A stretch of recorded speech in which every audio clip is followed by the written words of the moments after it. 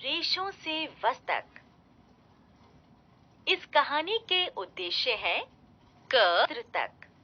रेशों के प्रकार, रेशम के कीड़ों।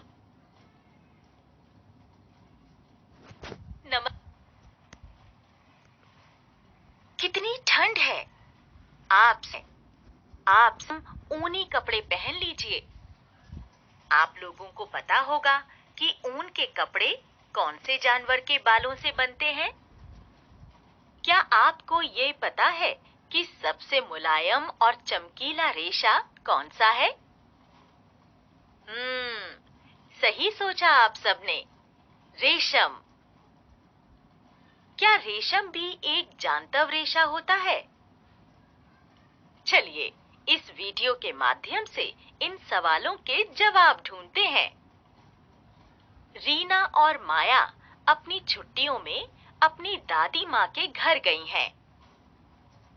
चलिए देखते हैं कि दोनों बहनें क्या कर रही हैं। माया को किताबें पढ़ने का बहुत शौक है और रीना को प्रकृति में बाहर कुछ नया खोजने का। वो देखिए, रीना वहाँ पेड़ों के पास कुछ देख रही है। यह क्या है? लगता है ये तितलियों की इल्लियां हैं। दीदी से पूछती हूँ, उनको पता होगा। दीदी, माया दीदी, यहाँ तो आइए। क्या हुआ रीना? देखो दीदी, ये कितनी सारी तितलियों की इल्लियां हैं। रीना, ये सारे शहतूत के पेड़ हैं। देख, ध्यान से देख। पिछले साल जब मैं यहाँ आई थी तो मुझे भी यही गलतफहमी हुई थी। तब दादी ने बताया था कि ये शहतूत के पेड़ हैं और इन पर रेशम के कीट होते हैं। रेशम के कीट? अच्छा, नाम से लगता है कि वे शायद रेशम के कपड़े जैसे होते हैं, मुलायम और चमकीले।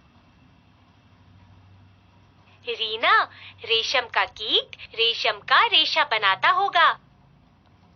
जैसे ऊन का धागा हमें भेड़ों के बालों से मिलता है, वैसे रेशम का रेशा हमें इन कीटों से मिलता होगा। वो देख, शहतूत भी तो लगे हुए हैं। रीना देखती है और एक शहतूत तोड़ के आती है। दोस्तों, क्या आपने शहतूत के पेड़ देखे हैं? हाँ, सही कह रही हो दीदी। दादी ने बताया था कि रेशम के कीट सिर्फ शहतूत के पत्ते खाते हैं, इसीलिए इसी के पेड़ पर रहते हैं। बड़े नकचढ़े होते हैं। देखो दीदी, यहाँ देखो, ये कुछ अंडे भी हैं।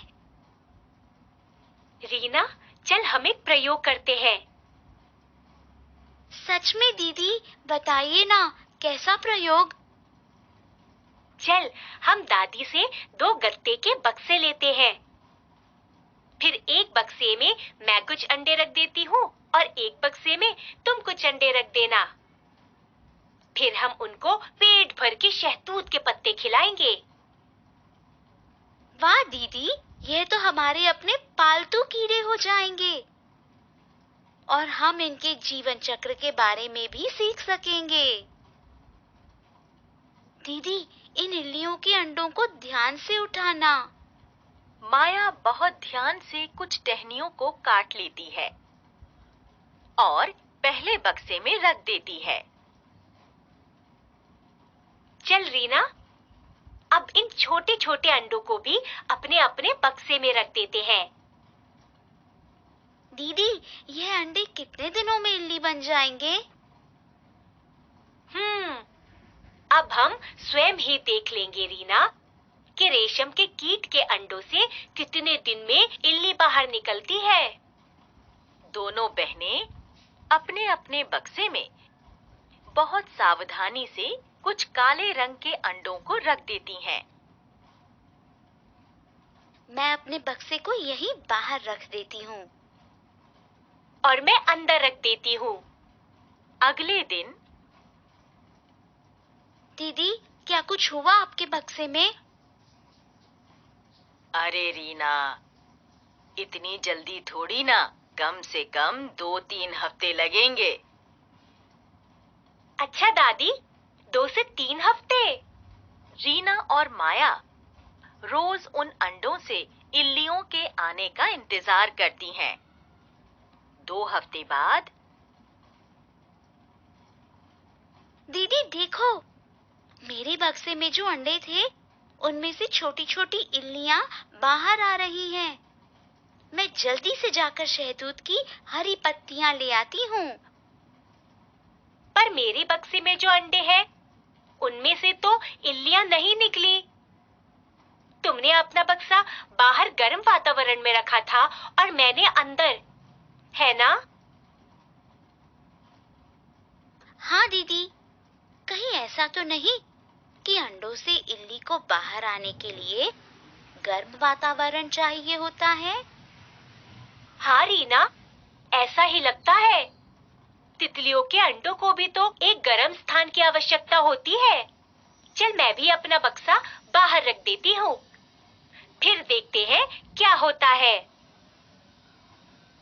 2 हफ्ते बाद मैंने अभी अभी उन इल्लियों को देखा दीदी, वे सारी पत्तियां खा गई हैं। मुझे लगता है हमें और पत्तियां डालनी पड़ेंगी। दोनों बहनें रोज दोनों बक्सों का निरीक्षण करती हैं। माया के बक्से में भी गर्म वातावरण में रखने से अंडों में से इल्लियां निकल आई थीं। और कुछ 1 हफ्ते बाद ये देख रीना, तेरे बक्से वाली इल्लियां खा खा के कितनी मोटी हो गई है, और मेरे बक्से वाली इल्लियां तो अभी भी दिन भर बहुत सारे पत्ते खाती रहती हैं। दोनों बहनें हंसने लगती हैं। 2 और हफ्ते बाद दीदी ये देखो, मेरे बक्से में ये इल्लियां कोकून जैसी बन गई हैं। मुझे याद है जब कक्षा 4 में हमने तितली का जीवन चक्र समझा था, तो इल्ली ऐसे ही कोकून में बदल जाती है। रुक रीना, मैं अपनी विज्ञान की पुस्तक लेकर आती।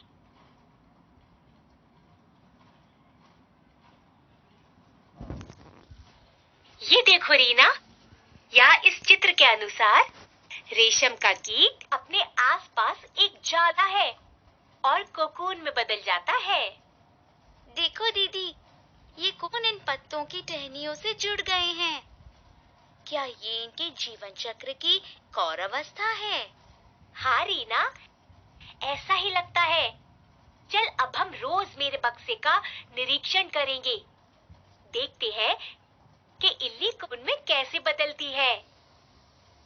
दोनों बहनों ने रोज माया के बक्से का ध्यान से निरीक्षण किया। 1 हफ्ते बाद दीदी दीदी, ये देखो, इल्लियां कैसे अपना सर एक सिरे से दूसरे सिरे तक हिलाकर कुछ धागे जैसा निकाल रही है। चल दादी से पूछते हैं। दादी ये देखिए, ये इल्लियां ऐसा क्यों कर रही है? बेटा, ये इल्ली अपने आसपास कोकून बुन रही हैं। हाँ, और ये 8 अंक के जैसे अपना सिर हिला रही हैं। क्या ये धागों जैसी तार ही रेशम होती है?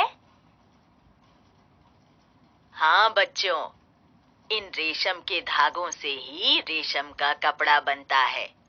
रुको, मैं तुम्हें अपनी एक बहुत खास रेशम की साड़ी दिखाती हूँ।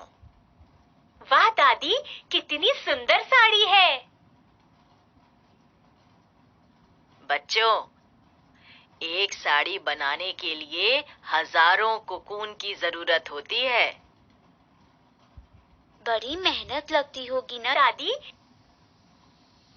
हाँ बच्चों, रेशम के कीट का बहुत बड़ा योगदान है हमारे बुनाई उद्योग में। दादी, इन कोकूनों से रेशम को कैसे निकाला जाता है? बच्चों, रेशम का धागा प्राप्त करने के लिए बहुत सारे कोकोनों का उपयोग किया जाता है। उन्हें धूप में रखा जाता है और पानी में उबाला जाता है। इस प्रकार से रेशम का फाइबर अलग होता है। क्या इन कोकूनों को उबाला जाता है? ये तो अच्छी बात नहीं है दादी। हाँ माया, सही कह रही हो, पर पता है आजकल एक नई प्रक्रिया की खोज हुई है। कैसी प्रक्रिया दादी? एक ऐसी प्रक्रिया जिससे बनाई जाने वाली सिल्क में रेशम के कीट को कोई भी नुकसान नहीं पहुंचाया जाता है। इसे अहिंसा सिल्क कहते हैं। अरे वाह, कितनी अच्छी बात है। किसी रेशम के कीट को नुकसान नहीं होना चाहिए। मैं बड़ी होकर ऐसी और प्रक्रियाओं की खोज करूंगी जिससे रेशम के कीटों को हानि नहीं पहुंचाई जाए। शाबाश बच्चों। अरे वाह, कितना मजेदार प्रयोग था ये। हमने रेशम के कीट के जीवन चक्र का स्वयं अन्वेषण किया। ये जानना भी कितना दिलचस्प होगा कि रेशम के धागे से रेशमी कपड़ा कैसे बुना जाता है। माया और रीना अपने अपने बक्से का निरीक्षण करती रहीं, जब तक रेशम का कीट नहीं बना। तो दोस्तों, आशा करते हैं कि आपने इस वीडियो के द्वारा रेशम के कीट के बारे में जानकारी प्राप्त की होगी। माया के सवाल की तरह मैं भी जानना चाहूंगी कि रेशम के धागे से रेशमी कपड़ा कैसे बुना। तो जल्द मिलते हैं दोस्तों।